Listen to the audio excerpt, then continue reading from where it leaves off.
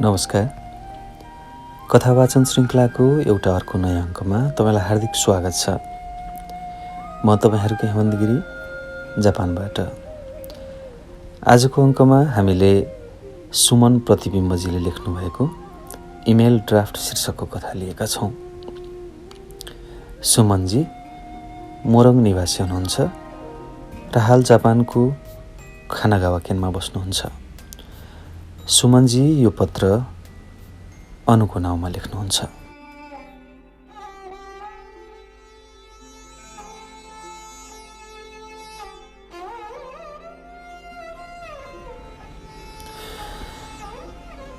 बिहान उठेर बाहिर हेरेँ। बिहान पनि के भनौँ, जडेहाको कुनै बिहान हुँदैन। खास भन्नुपर्दा मैले घडी नै हेरिनँ। अझ भनौँ मलाई समयको कुनै मतलब नै छैन। खैर, जति बेला होस् मौसमले च्यालेन्ज गरि नै रहेको छ। त्यसो त जीवनले नै च्यालेन्ज गरेकाहरूलाई मौसमले च्यालेन्ज गरेर खासै फरक पर्ने पनि होइन। उसै पनि मौसमले च्यालेन्ज नगरे पनि नपिएको दिन कहाँ छ र। मौसम त केवल बहाना मात्र हो। खास कारण तिमी हौ। म तिमीलाई सम्झिएर पिउँछु। पिएपछि मलाई अनेक प्रश्न सोध्न मन लाग्छ तिमीसँग, तर सक्दिनँ। मेरो इमेलको ड्राफ्ट तिमीलाई सोधिएका प्रश्नहरूले भरिएको छ। म पिएपछि सधैँ तिमीलाई इमेल लेख्ने गर्छु।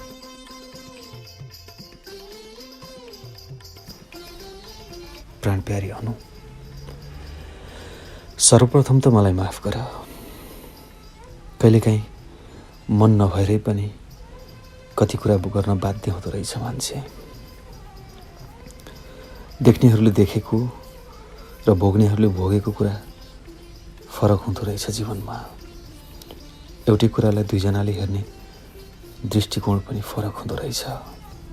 जस्तो कि छोडेर जानेहरूलाई कतिका आँखाहरूले धोकेबाज देख्छन् त कतिका आँखाहरूले प्रेमी। दुईजनामा पनि दुईजनाकै सोच्ने क्षमता फरक हुन सक्छ।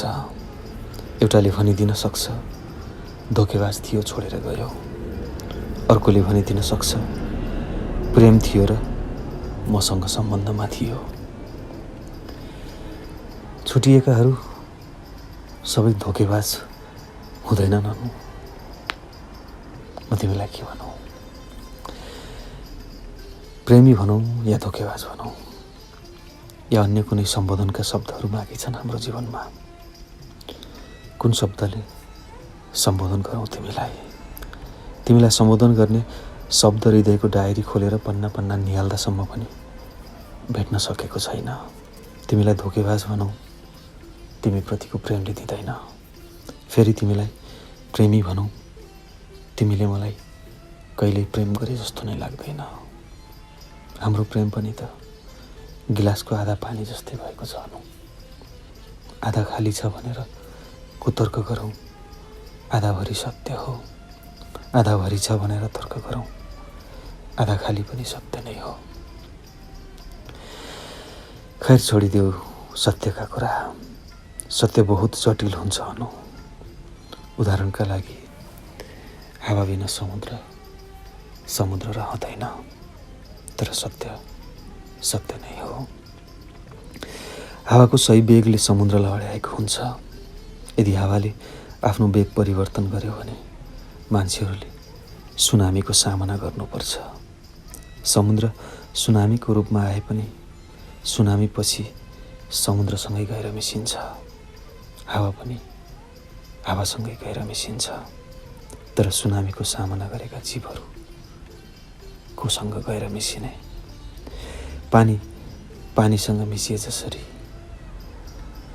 मानिस कुन भित्तामा गएर आडेस लाग्ने? हावा हावासँग आडेस लागे जसरी। हुन त तिमीलाई दोष लगाउने कुनै मनसाय छैन अनु। तर तिमी मेरो जीवनमा सुनामी बनेर आयौ। तिमीलाई थाहा छ स्वयं सुनामीले आफूलाई त कुनै असर गर्दैन, तर सुनामीको सामना गर्नेहरूको जीवन भने तहस नहस पारेर जान्छ।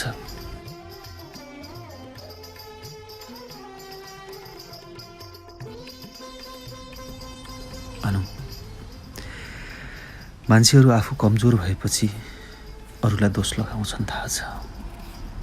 अरूतिर प्रश्नवाचक चिन्ह तिर्स्याएर आफ्नो गल्ती लुकाउन खोज्छन्, त्यो पनि थाहा छ। तर के उनीहरू आफै कमजोर भएका हुन् त, या बनाइएको हो? के उनीहरूका प्रश्नमा कुनै सत्यता हुँदैन त? के आँसुहरू गल्ती ढाकछोप गर्ने हतियार मात्र हुन् त? के मनको बाँध भरिएपछि पीडा पोखिएर बाहिर आउने होइन त? अनु, आज म तिमीलाई केही नसोधिएका प्रश्नहरू सोध्न चाहन्छु। तिमी मलाई कमजोर भन या पागल, निरीह भन या अबुझ, कमजोर त म यसै पनि भएको छु, पागल त म हुनै तिमीलाई थाहा छ। नभई एक अनुले आफ्नो जीवन रेडियमको उज्यालो जस्तै चम्काउँदा मैनबत्ती निभेको निष्पट्ट अन्धकारको अँध्यारो जस्तै आफ्नो जीवन सुमनले किन बनाएको छ? कहिले सोधेकी छेउ आफूलाई? आफूलाई प्रश्न गर्ने समय छ तिमीसँग? मेरो त आफ्नो भन्नु नै को छ र? एक्लो हुन्छु अनु, खुब एक्लो। म रोएको कसैले सुन्दैन, सिवाय निर्जीव कोठा। मेरा साथीहरू भन्नु नै कोठाका मटेरियल्सहरू हुन्, मेरा यादहरू भन्नु नै तिमी हौ। बाँकी सबै कुरा बिर्सिएको छु अनु, कुनै कुरा याद छैन तिमी बाहेक। अलिअलि सम्झिएका कुराहरू पनि 19 मिलिमिटरको इको नामको चुरोटको धुवासँगै उडाइदिएको छु।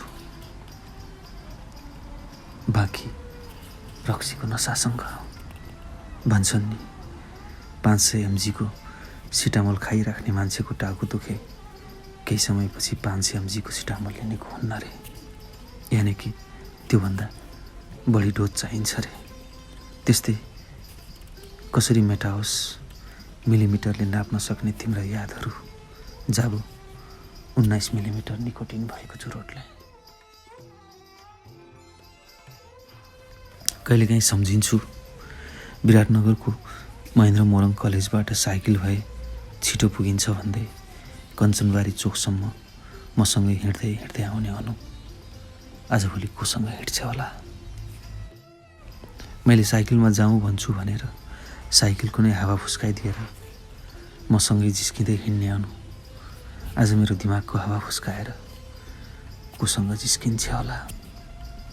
अरूको आँखा छलेर मेरो बाहुमा लटपटिने अनु आजभोलि कसको अँगालोमा लटपटिँदै होली? जाडोका महिनामा एका बिहानै कलेज जाँदा टाउकोभरि लागेको हुस्सो आफ्नो सलले पुछिदिने अनुले आज मलाई हिस्सा बनाएर कसको टाउको पुछिदिँदै होली? सोध्नुपर्ने प्रश्नहरू धेरै छन् अनु जीवनमा। हुन त तिमीले पनि प्रतिप्रश्न गरौली। आफ्नो जीवन नबाँचेकाहरूले किन प्रश्न सोध्नु? अरूको जीवनको यस्तै हो अनु, माफ गरिदेऊ। अरूको निम्ति बाँचेकाहरू आफ्नो निम्ति चाहेर पनि बाँच्न नपाउँदा रहेछन्। हुन त मलाई अरूका निम्ति होइन आफ्नै निम्ति पनि बाँच्ने रहर छैन आजभोलि। तर तिमीलाई सम्झिएर म आत्महत्या गर्न पनि सक्दिनँ। त्यसो त आत्महत्याको प्रयास पनि गरेको हुँ। मेरो दिमागी हालत ठिक छैन। आत्महत्या त गर्छु नै मैले कुनै दिन। तर आत्महत्या गर्नु अघि तिमीलाई भेटेर केही प्रश्न सोध्न चाहन्छु अनु। हाम्रा पुराना दिनहरू सम्झाउन चाहन्छु।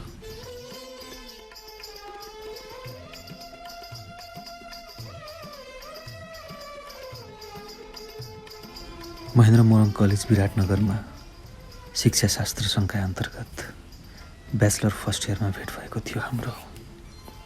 1 महिनासम्म एकअर्कासँग नबोले पनि 1 महिनापछि साइकलमा सँगै घर फर्किएका थियौँ संयोगले। अचम्म, हामी बस्ने चोक एउटै रहेछ। कञ्चनबारी चोक। भोलिपल्ट पनि सँगै फर्कियौँ। हाम्रो यात्रामा कुन्द्रो लागेन। हामी फेसबुकमा साथी भयौँ। सम्झ त, नम्बर साटासाट भएपछि सुमन र अनुले 3 रुपियाँमा एनसेलले दिने 100वटा मेसेजको फाइदा कति उठाएका थिए। बिस्तारै अपरिचितबाट साथी हुँदै प्रेम जोडीमा परिणत भएका सुमन र अनु यसरी छुटिन्छन् र एउटा खुसी भएर अनि अर्को तडपिएर बाँच्नुपर्छ, मैले यस्तो कहिले सोचेको थिइनँ। अभाव, तर त्यही अभावभित्र पनि कति धेरै खुसीहरू थिए। तिमी र म क्यान्टिन गएर 1 प्लेट चाउमिन 2 जनाले खान्थ्यौँ। तिमीलाई टमाटो सस खुब मन पर्थ्यो, मलाई चाहिँ तिमी मन परेपछि पर्न थालेको थियो। मलाई छोरी मन पर्ने, तिमीलाई छोरा। लास्टको अलिकति खाँदा सधैँ प्रेमिल झगडा हुन्थ्यो। म केटाले लास्टको खाए छोरी जन्मिन्छ रे भन्दै प्लेट तान्थेँ, तिमी पहिले छोरा जन्माउने हो भन्दै प्लेट खोज्थ्यौ। अहिले तिम्रो छोरा भयो कि छोरी मलाई त्यो पनि थाहा छैन अनु। तर अनु गएपछि सुमनको मन कुनै केटीतिर नलाग्ने गरी स्थायी बन्ध्याकरण भएको छ।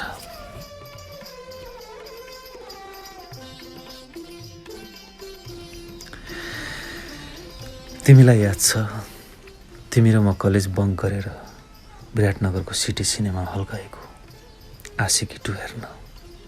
हामीसँगै बसेका, लाइट निभेपछि तिमी मेरो काँधमा, मैले तिम्रो हात समाएको। अन्धकारमै कति राम्री देखिएकी थिए मेरो अनु। मैले तिमीलाई किस गरिदिएको थिएँ अँध्यारोको फाइदा उठाई। तिमीले रिसाए जस्तो मात्र गरेकी थियौ, तर रिसाइनौ। एकैछिनमा तिमीलाई अँगालो हाल्दै मैले तिम्रो छातीमा हात पुर्याएको थिएँ जिस्किएर। तिमीले मेरो हात फालिदिएर पर सरेकी थियौ। तिमी पर सरे पनि म तिमीतिर चाहिँ सरिन। ट्रेजेडी सिन आएपछि फेरि तिमी मतिर नै सर्यौ। फेरि मैले उसै गरी तिम्रो छातीमा हात पुर्याएँ। अब तिमी पर सरिनौ, मसँगै लटपटिएर बसिरह्यौ। दुवैजनाले आफ्नो होस गुमाइसके तापनि त्यो हुलले हामीलाई त्यहाँभन्दा बढी उत्तेजित हुन दिएन। अन्तिममा मुभी सकिएपछि तिमी भावुक भएकी थियौ, हिरो मरेर। आशिकी 2 मा त हिरो मर्यो, फिल्म सकियो, तर म त पल पल मरेर बाँचिरहेको छु अनु।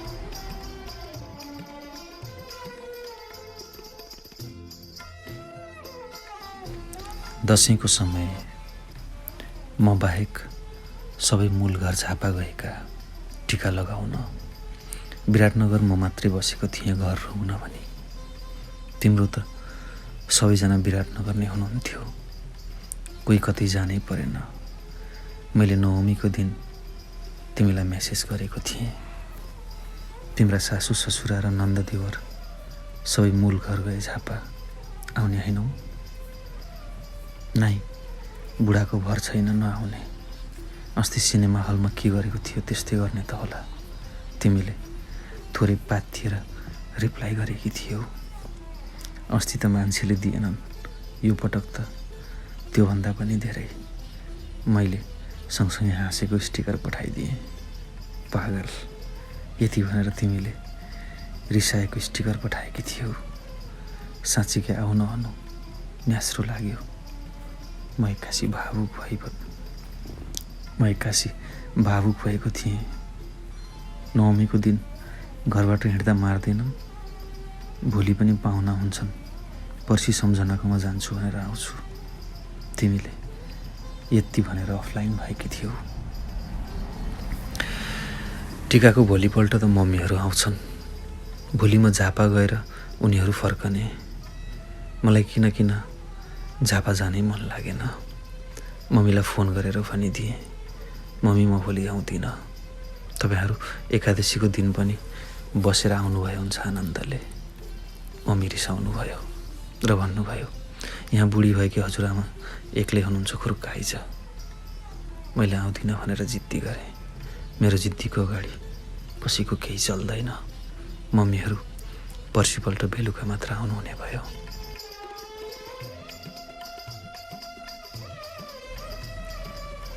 टिकाको भोलिपल्ट साँझ मान्छे नचिन्ने समयमा तिमी आएकी। कसैले देख्छ कि भन्दै हाम्रो घरमा पसेकी थियौ। भित्र पसेपछि मैले तिमीलाई डराउँदै हेरेको थिएँ। अग्ली मान्छे, आँखामा गाजल, ओठमा पिङ्क कलरको लाली, छोडेको कपाल र दसैँको नयाँ घाँगर लगाएकी थियौ। घाँगरले खुब सुहाएको थियो तिमीलाई। मैले भित्र पस्ने बित्तिकै कति राम्री देखिए कि भने किस गरिदिएको थिएँ। मैले हाम्रो पूर्व योजना अनुसार नै बियर ल्याएर राखेको थिएँ। मासु त दसैँको बेला नेपालीको घरमा नहुने कुरै भएन। हामीले टिभी कोठामा तास खेल्दै बियर र मासु खाएको याद छ तिमीलाई। बियर खाँदा मम्मीले हाम्रोमा खाना खान आउनु भन्नुभएको छ दादा भन्दै छिमेकी आन्टीको छोरो आएर ढोका ढकढक्याउँदा डरले ढोका नउघारेको याद छ तिमीलाई। मम्मीहरू फर्किनु भयो भनेर कति डराएका थियौँ हामी। नसा चढ्दै गयो। नसा बियरको मात्रै भए त ठिकै थियो, हामीमा त जवानीको पनि उत्तिकै थियो। मैले एकैछिनमा सिनेमा हलमा जस्तै तिम्रो वक्षस्थलमा हात पुर्याएँ। तिमीले एकैछिन त छुन दिएनौ। म त्यत्तिकै मान्नेवाला पनि थिइनँ। सिनेमा हलको जस्तो अर्को पटक तिमीले हातहरू हटाएनौ। हामीले एकअर्कालाई सम्हाल्न सकेनौ। मैले तिम्रा सबै लुगाहरू फुस्काइदिएँ। तिमी लजाएर ब्ल्याङ्केटभित्र पस्यौ। म पनि सँगसँगै पसेँ। हामी धेरै बेर चलिरह्यौँ, जिस्किरह्यौँ। एकैछिनपछि तिमी मभन्दा तल भयौ, म तिमीभन्दा माथि।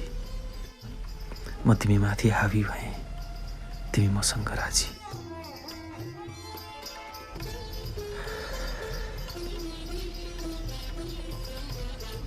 एकैछिनपछि तिमी रोयौ, चिच्यायौ। म डरले तल झरेँ त्यो पल। पछि हेर्दा ओछ्यानमा रगत थियो। मलाई डर लाग्यो। रगतको कारण तिमी आफ्नो दुखाइभन्दा पनि धेरै घिनाएकी रहेछौ।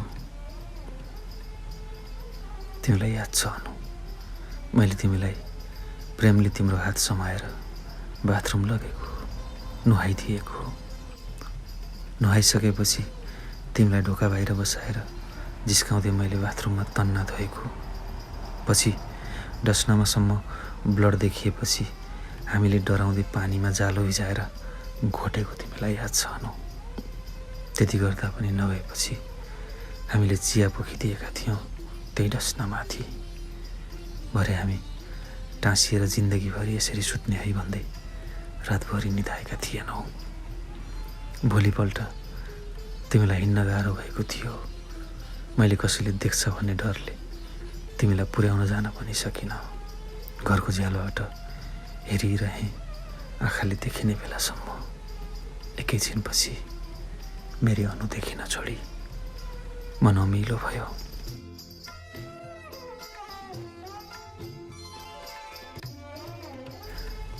फर्स्ट इयरको रिजल्ट आएको दिन हामी पिपलचोक नजिकै नहरको चौतारामा बसेका थियौँ।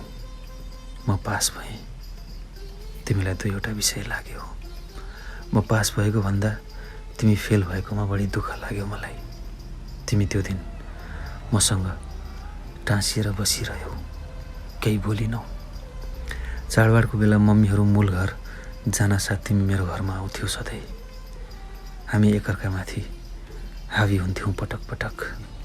यौन क्रीडा सकिएपछि पनि तिमीले मसँग नाङ्गो शरीरमा टाँसिँदै भन्थ्यौ, मलाई कहिले नछोड है सुमन। तिमी रोइदिन्थ्यौ त्यत्तिकै।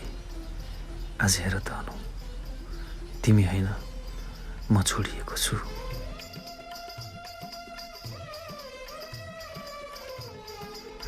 तिमी रहेको समय आँसु पुछिदिएर म नरो, कहिल्यै छोडेर जान्न भन्थे। जोक सुनाइदिन्थे, हँसाउँथे। आज म आज म आफै रुँदा रुँदै आँसु पुछिदिन त परको कुरा, नरोसम्म भन्ने कोही छैन अनु।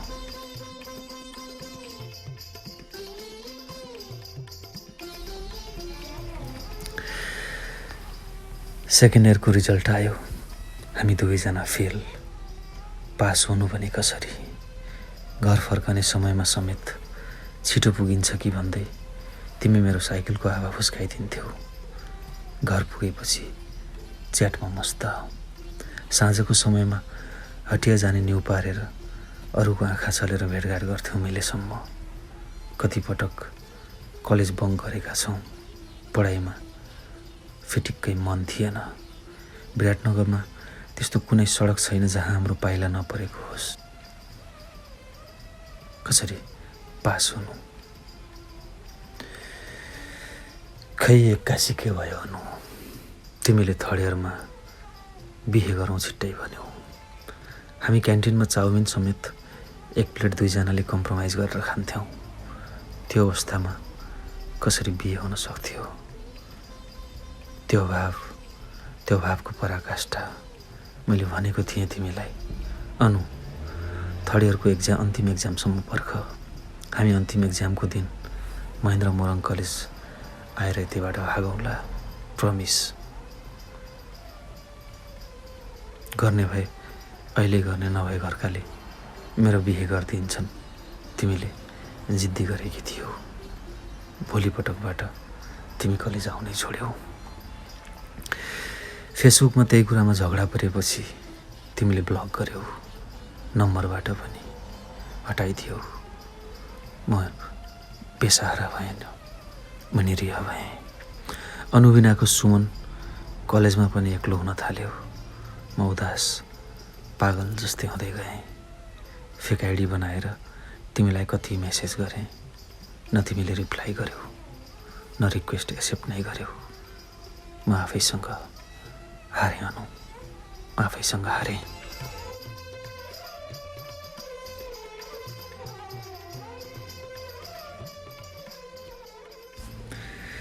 तिमी कलेज आउन छोडेको 15 दिनपछि म तिम्रो घरमा आएको थिएँ तिमीलाई लिएर जान। तिम्रो घर बाहिरको गेट त उघ्रियो, तर ढोका उघ्रिएन मेरो लागि। तिम्रो बाले हाम्रो बारे सबै थाहा पाएका रहेछन्। एकछिन अरू कुरा भएपछि मैले सबै कुरा बताएँ हाम्रो बारेमा। एकछिन त बुढा नर्मल नै थिए। एकैछिनपछि भने मेरो औकात सम्झाउन थाले, अपमान गर्न थाले। भने एउटा कट्टु किन्न नसक्ने हैसियत भएकोले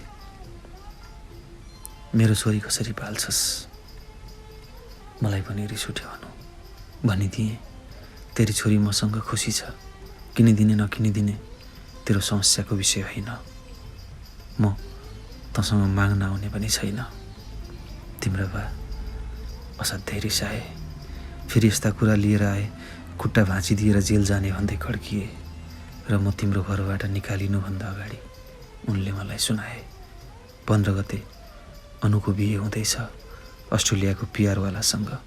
उनीहरू त जस्तो कन्नाम छैनन्। मिल्छ भने बिहेमा आउनु। तिमी घरभित्रै थियौ, झ्यालबाट सबै कुरा सुनिरहेकी थियौ। तर पनि मेरो अपमान भएको देख्दा देख्दै भित्रबाट बाहिरसम्म आउन सकिनौ। पछि एकपटक अनब्लक गरेर मेसेज पठाएकी चाहिँ रहेछौ, सरी सुमन, तिम्रो बेइज्जती म सहन सक्दिनँ।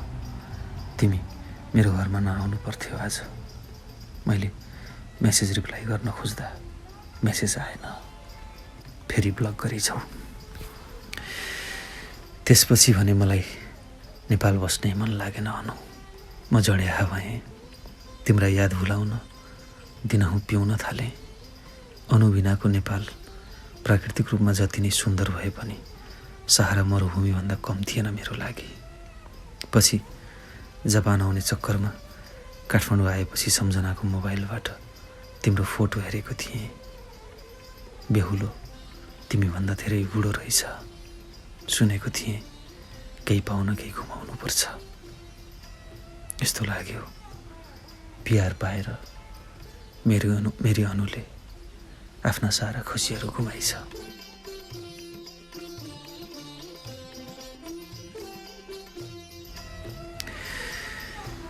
अनु, म जापान आएको पनि वर्षौँ भयो। आज मेरो हैसियत तिम्रा बाले भने जस्तो कट्टु किन्न नसक्ने छैन। अनु जस्तै अरू कोही केटीलाई खुसीले राख्न सक्ने भएको छु, तर पनि मेरो मानसपटलमा तिमी नै छौ। त्यहाँबाट तिमी हटेकी छैनौ। म आज पनि तिम्रै नाममा पिउने गर्छु, तर पर्सेन्टमा मापन गर्न नसकिने तिम्रा यादहरू जब 19 मिलिलिटर निकोटिन भएको चुरोट र 9% अल्कोहल मिसिएको बियरले कसरी मेटाउन सक्छन्? सोध्नुपर्ने प्रश्न र गर्नुपर्ने कुराहरू धेरै छन् अनु। म एकपटक तिमीलाई भेट्न चाहन्छु। धेरै पटक आत्महत्याको प्रयास गरेको सुमन तिमीलाई भेट्न तडपिएर बसेको छ। अनु, फेसबुक लगायत अन्य सामाजिक सञ्जालमा त म ब्लक नै छु। त्यही भएर मैले पहिले बनाइदिएको तिम्रो इमेल एड्रेसमा मेल गर्दैछु। उही सधैँ तिम्रो खुसीमा आफ्नो जीवन सुम्पिएको सुमन।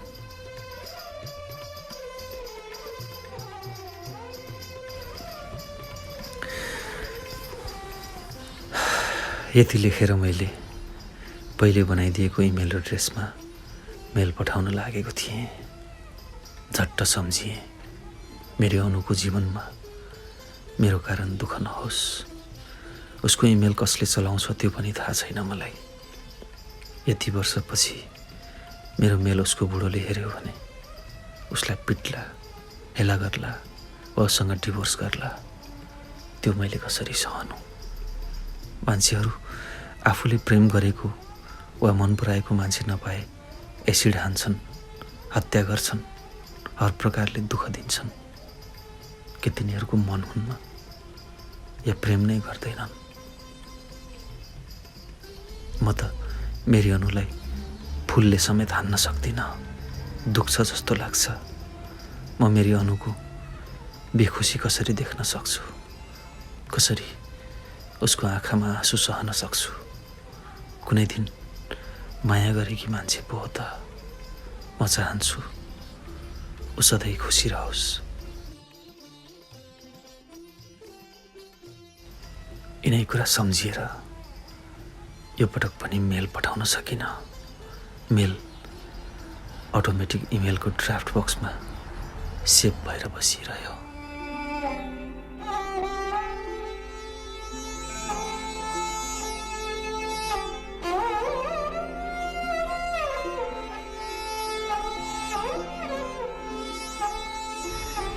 कथावाचन श्रृङ्खला तिमीको आजको अङ्कमा हामीले सुन्यौँ सुमन प्रतिबिम्बद्वारा अनुको नाउँमा लिखित पत्र। तपाईँ पनि आफूले लेखेका प्रेम पत्र मेरो आवाजमा रेकर्ड गराउन चाहनुहुन्छ भने मेरो इमेल ठेगानामा लेखी पठाउन सक्नुहुन्छ। मेरो इमेल ठेगाना युट्युबको डिस्क्रिप्सन बक्समा दिएको छ। आजको लागि भने बिदा माग्न अनुमति चाहन्छु। यहाँहरूको पल सुखद रहोस्। नमस्कार।